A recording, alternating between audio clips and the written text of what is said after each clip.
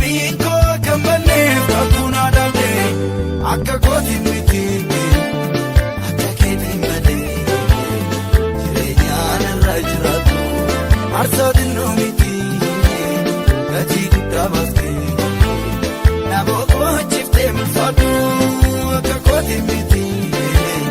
akka keetii malee jireenyaan irra jiraatu arsaatiin noo miti.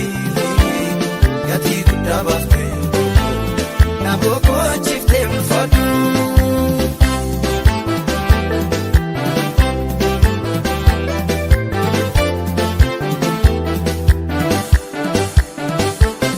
Lolike sabalaga edule mamako telota wallan sokamutu fite munko akana biko kutadu fano fambalesa akake vindune jirani keti mirgisa akka kooti miti akka keetii malee jireenyaan irra jiraatu arsaatiin noo miti gatii guddaa baaftee na boqochiiftee mul'atu akka kooti miti akka keetii malee jireenyaan irra jiraatu arsaatiin noo miti gatii guddaa baaftee na boqochiiftee mul'atu.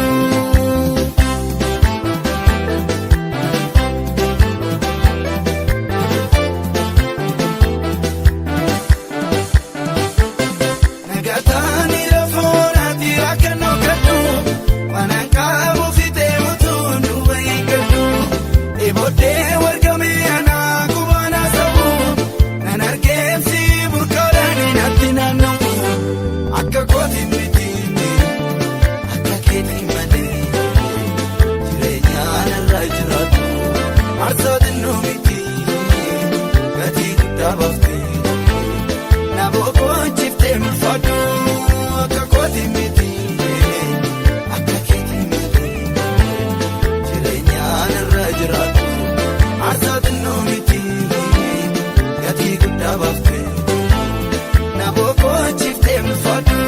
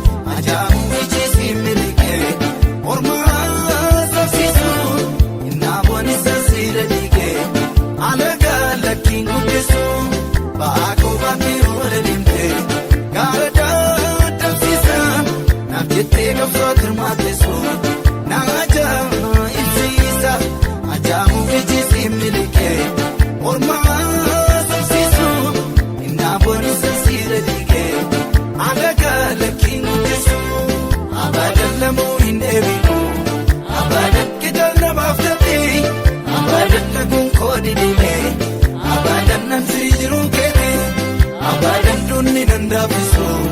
abadan akora singale abadan gatiin irra jiru abadan sididoo koofkenne abadan lamuu hin deebi'u abadan kital nabaaf taati abadan laguun koodi dhime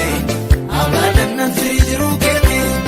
abadan dunni dandabisu abadan akora singale abadan gatiin irra jiru.